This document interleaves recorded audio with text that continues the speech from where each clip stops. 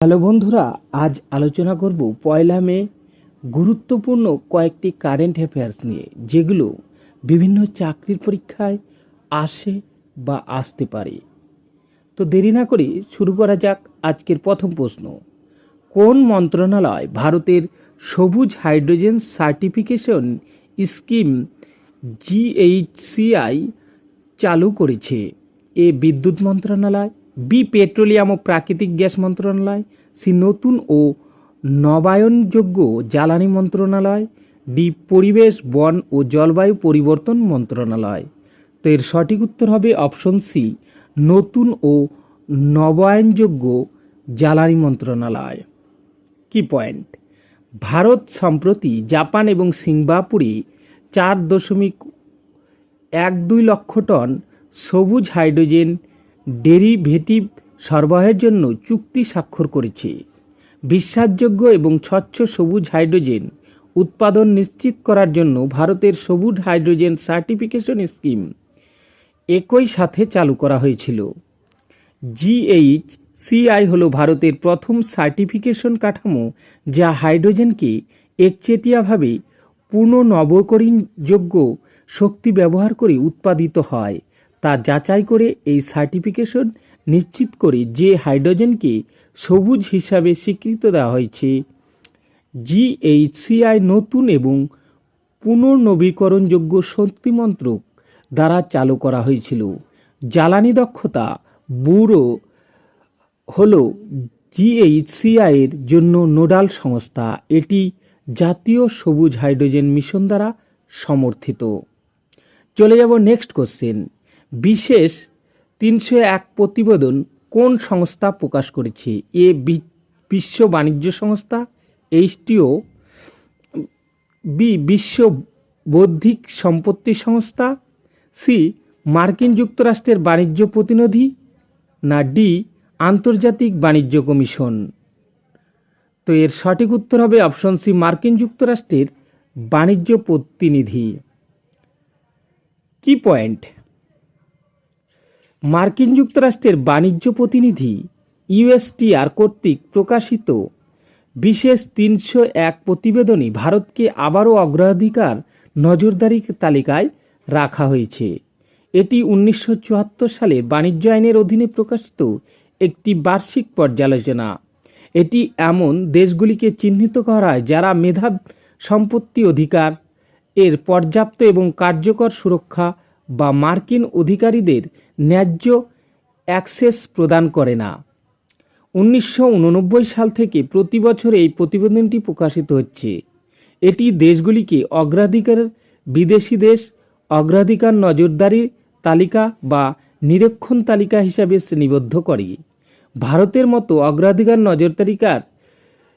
নজরদারি তালিকার দেশগুলিতে গুরুতর IPR সমস্যা রয়েছে, যার জন্য মার্কিন যুক্তরাষ্ট্রের আরও বেশি মনোযোগ প্রয়োজন। চলে যাব নেক্সট কোশ্চেন। বান্ধবগড় জাতীয় উদ্যান কোন রাজ্যে অবস্থিত? A Madhya Pradesh, B Odisha, C Karnataka, D Tamil Nadu. এর সঠিক উত্তর হবে অপশন এ, মধ্যপ্রদেশ। কি পয়েন্ট? সুপ্রিম কোর্ট সম্প্রতি মধ্যপ্রদেশের বান্ধবগড় জাতীয় উদ্যানে অবৈধ খনির অভিযোগে একটি আবেদন খারিজ করে দিয়েছে।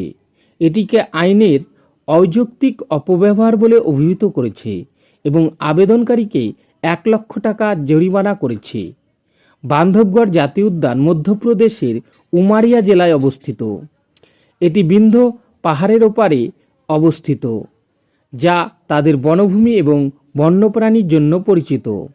এটি 1968 সালে একটি জাতীয় উদ্যান ঘোষণা করা হয়েছিল এবং 1930 সালে প্রজেক্ট টাইগারের অধীনে একটি টাইগার রিজার্ভ হয়ে ওঠে। পার্কটি তার রয়্যাল বেঙ্গল টাইগারের জন্য বিখ্যাত। চলে যাব নেক্সট কোশ্চেন। আয়ুষ্মান ভারত দিবস প্রতি বছর কোন দিনে পালিত হয়? A 29 April, B 30 April, C পয়লা মে, ডি 2রা মে। তো এর সঠিক উত্তর হবে option B, 30 April. Ayushman Bharat পরিকল্পনা, যা প্রধানমন্ত্রী জন আরোগ্য যোজনা নামেও পরিচিত, তার সাফল্যকে সম্মান জানাতে প্রতি বছর 30 এপ্রিল আয়ুষ্মান ভারত দিবস পালিত হয়। PM জয় হলো একটি সরকারি স্বাস্থ্য বীমা প্রকল্প যা প্রতি পরিবারের প্রতি বছর 5 লক্ষ টাকা পর্যন্ত মাধ্যমিক এবং তৃতীয় স্তরের হাসপাতালে ভর্তির জন্য চিকিৎসা প্রদান করে। এই প্রকল্পটি ভারতের 10 কোটিরও বেশি দরিদ্র এবং দুর্বল পরিবারকে লক্ষ্য করে তৈরি করা হয়েছে। যারা ব্যয়বহুল চিকিৎসার খরচ বহন করতে পারে না, এটি ভারত জুড়ে যে কোনো স্বীকৃত হাসপাতালে নগদহীন এবং কাগজবিহীন চিকিৎসা প্রদান করে।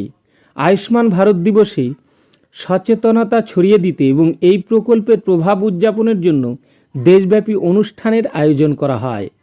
এই দিনটি সুবিধাভোগীদের কাছে মানসম্পন্ন পরিষেবা প্রদানের সাথে জড়িত ফ্রন্টলাইন কর্মী এবং স্বাস্থ্যসেবা পেশাদারদের প্রচেষ্টাকেও স্বীকৃতি দেয়।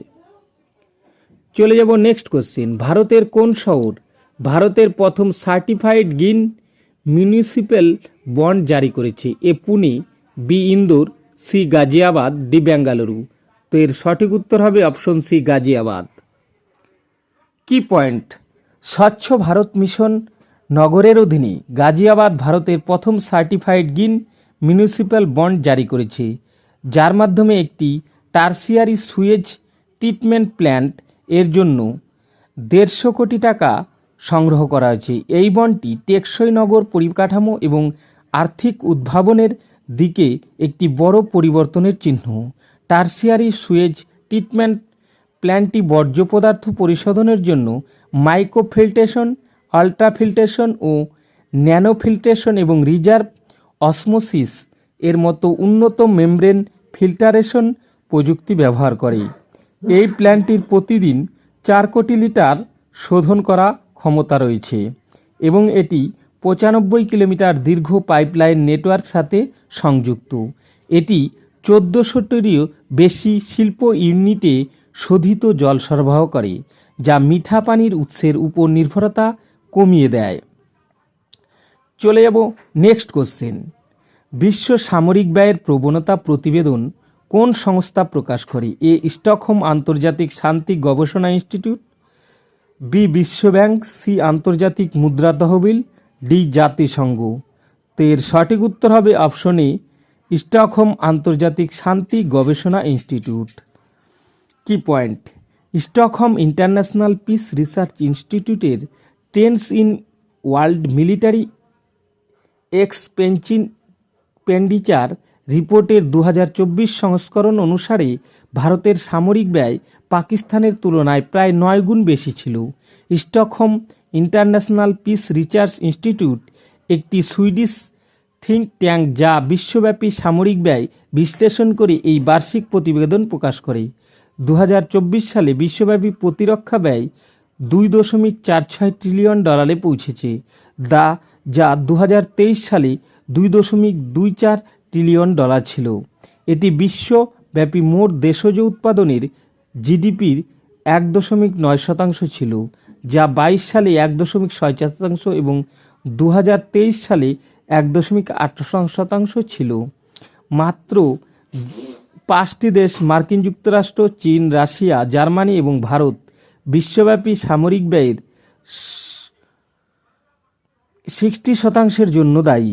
2024 সালে ভারত পঞ্চম সর্বোচ্চ সামরিক ব্যয়কারী ছিল, $86.1 বিলিয়ন ব্যয় করেছে, যা 2023 সালের তুলনায় 1.6% এবং 2015 সালের পর থেকে 42% বৃদ্ধি পেয়েছে। চলে যাব নেক্সট কোশ্চেন। সম্প্রতি খবরে দেখা যায় উতুরুনুকু আগ্নেয়গিরি কোন দেশে অবস্থিত? A Indonesia, B Brazil, C Argentina, D Bolivia. তো এর সঠিক উত্তর হবে অপশন ডি বলভিয়া। চীন, যুক্তরাজ্য এবং মার্কিন যুক্তরাষ্ট্রের বিজ্ঞানীরা সম্প্রতি বলিভিয়ার একটি জম্বীয় আগ্নেয়গিরি উতুরুনুকু এর অভ্যন্তরীণ কার্যকারিতা অধ্যয়ন করেছেন এবং দেখেছেন যে অগ্নুৎপাতের তাৎক্ষণিক কোনো ঝুঁকি নেই। উতুরুনুকু হল দক্ষিণ পশ্চিম বলভিয়ার আন্দিজ পর্বতমালায় অবস্থিত একটি স্ট্র্যাটোভলকানো এবং এটি মূলত ডেসিটিক লাভা গম্বুজ এবং প্রবাহ দ্বারা গঠিত। এটি আল্টিপ্ল্যানো পুনার ম্যাগমা বডি নামক একটি বিশাল ভূগর্ভস্থ ম্যাগমা জলাধারের উপরে অবস্থিত, যা দক্ষিণ বলভিয়া, উত্তর চিলি এবং উত্তর আর্জেন্টিনার নিচে বিস্তৃত। ওতুরুনকুকে জম্বি আগ্নেয়গিরি বলা হয়, কারণ এটি প্রকৃত অগ্নুৎপাত ছাড়াই কার্যকলাপের লক্ষণ দেখায়। চলে যাব নেক্সট কোশ্চেন। কেন্দ্রীয় গ্রাহক সুরক্ষা কর্তৃপক্ষ কোন মন্ত্রণালয়ের প্রশাসনিক নিয়ন্ত্রণে কাজে করে?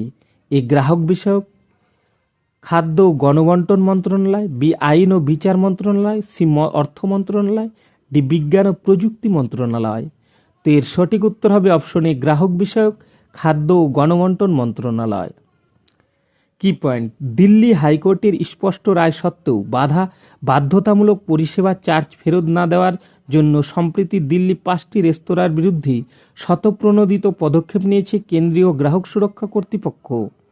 এই পদক্ষেপটি ভোক্তা অধিকার রক্ষা করে এবং অন্যায্য অনুশীলন বন্ধ করে যোগানে গ্রাহকদের খাবারের সময় অতিরিক্ত চার্জ দিতে চাপ দেওয়া হয়। আইন অনুসারে হোটেল এবং রেস্তোরাঁগুলি গ্রাহকদের পরিষেবা চার্জ দিতে বাধ্য করতে পারে না অথবা অন্য কোনো নামে তা আদায় করতে পারে না। সিসিপিএ ভোক্তা সুরক্ষা আইন 2019-এর ধারা 10-এর অধীনেও প্রতিষ্ঠিত হয়েছিল, যা পূর্ববর্তী 1986 সালের আইনকে প্রতিস্থাপন করেছিল। এই আইনটি 9 আগস্ট 2019 তারিখে বিজ্ঞপ্তি দেওয়া হয়েছিল এবং 20 জুলাই 2020 তারিখে কার্যকর হয়েছিল। ভোক্তা বিষয়ক, খাদ্য ও গণবন্টন মন্ত্রণালয় এই কর্তৃপক্ষের জন্য দায়ী নোডাল মন্ত্রণালয়। চলে যাব নেক্সট কোশ্চেন। নিবেশক শিবির কোন দুটি প্রতিষ্ঠানের যৌথ উদ্যোগ? এ ভারতীয় রিজার্ভ ব্যাংক এবং ভারতীয় বীমা নিয়ন্ত্রক ও উন্নয়ন কর্তৃপক্ষ, বি ভারতীয় স্টেট ব্যাংক এবং নীতি আয়োগ, সি নীতি আয়োগ এবং ভারতীয় রিজার্ভ ব্যাংক, ডি বিনিয়োগকারী শিক্ষা ও সুরক্ষা তহবিল কর্তৃপক্ষ এবং ভারতীয় সিকিউরিটিজ অ্যান্ড এক্সচেঞ্জ বোর্ড। তো এর সঠিক উত্তর হবে অপশন ডি, বিনিয়োগকারী শিক্ষা ও সুরক্ষা তহবিল কর্তৃপক্ষ এবং ভারতীয় সিকিউরিটিজ অ্যান্ড এক্সচেঞ্জ বোর্ড। কি পয়েন্ট? বিনিয়োগকারী শিক্ষা ও সুরক্ষা তহবিল কর্তৃপক্ষ সম্প্রতি কোটাক মাহিন্দ্রা ব্যাংকের সাথে একটি সমঝোতা স্মারক মৌ স্বাক্ষর করেছে এবং ভারতের ডিজিটাল বিনিয়োগকারীদের সচেতনতা এবং আর্থিক সাক্ষরতা বৃদ্ধির জন্য বিশেষক শিবির উদ্যোগ চালু করেছে। বিনিয়োগকারী শিক্ষা ও সুরক্ষা তহবিল পরিচালনা এবং বিনিয়োগকারীদের স্বার্থ রক্ষার জন্য কোম্পানি আইন 2013-এর অধীনে 2016 সালে আইইপিএফএ প্রতিষ্ঠিত হয়েছিল। এটি কর্পোরেট বিষয়ক মন্ত্রণালয়ের অধীনে কাজ করে। বিশেষক শিবির হল আইইপিএফএ এবং securities and exchange board of India SEBI এর একটি যৌথ প্রচেষ্টা, যা দাবি না করা লাভ্যাংশ এবং শেয়ার পুনরুদ্ধারের প্রক্রিয়া সহজতর করে। এই ক্যাম্পগুলি 2025 সালের মে মাসে মুম্বাই এবং আহমেদাবাদে শুরু হবে, যেখানে দাবি না করা লাভ্যাংশকারীর সংখ্যা বেশি দাবি যাচাই করতে এবং অভিযোগের জন্য তাৎক্ষণিক সহায়তা পেতে সহায়তা করবে। লক্ষ্য হল মধ্যস্থতাকারীদের উপর নির্ভরতা কমানো এবং জালিয়াতি এবং ভুল তথ্য প্রতিরোধ করা। চলে যাব নেক্সট কোশ্চেন। জৈব ইনপুট রিসোর্স সেন্টার বিআরসি কোন জাতীয় মিশনের অধীনে চালু করা হয়েছে? এ জৈব কৃষিকাজের জাতীয় মিশন, বি জাতীয় খাদ্য সুরক্ষা মিশন, সি প্রাকৃতিক কৃষিকাজের জাতীয় মিশন, ডি পরম্পরাগত কৃষি বিকাশ যোজনা। তো এর সঠিক উত্তর হবে অপশন সি, প্রাকৃতিক কৃষিকাজের জাতীয় মিশন। কি পয়েন্ট? জাতীয় প্রাকৃতিক কৃষি মিশন এর অধীনে প্রাকৃতিক কৃষিকাজকে উৎসাহিত করার জন্য কৃষি ও কৃষক কল্যাণ মন্ত্রণালয় সম্প্রতি জৈব ইনপুট রিসোর্স সেন্টার প্রতিষ্ঠার জন্য নির্দেশিকা প্রকাশ করেছে। জৈব ইনপুট রিসোর্স সেন্টার হল ক্লাস্টার স্তরের উদ্যোগ, যা কৃষকদের স্থানীয়ভাবে প্রস্তুত প্রাকৃতিক কৃষি উপকরণ যেমন জৈব সার, জৈব কীটনাশক এবং জৈব ফর্মুলেশন সরবরাহ করে। প্রাকৃতিক কৃষি পদ্ধতিতে রূপান্তরিত কৃষকদের প্রশিক্ষণ এবং সহায়তা করার জন্য বিআরসি জ্ঞান কেন্দ্র হিসেবেও কাজ করে। জাতীয় প্রাকৃতিক কৃষি মিশনের অধীনে এই উদ্যোগটি চালু করা হয়েছিল। বিআরসি এর উদ্দেশ্যগুলির মধ্যে রয়েছে মানসম্পন্ন জৈব ইনপুটগুলিতে সহজে প্রবেশাধিকার নিশ্চিত করা এবং প্রাকৃতিক কৃষি পদ্ধতিতে প্রযুক্তিগত সহায়তা প্রদান করা এবং গ্রামীণ এলাকায় প্রাকৃতিক কৃষি গ্রহণের প্রচার করা। তো বন্ধুরা, ভিডিওটি কেমন লাগলো? যদি ভালো লেগে থাকে লাইক, শেয়ার, কমেন্ট করতে ভুলবে না। এই চ্যানেলে যারা নতুন, চ্যানেলটি সাবস্ক্রাইব করে সঙ্গে থাকবে। ধন্যবাদ সবাইকে।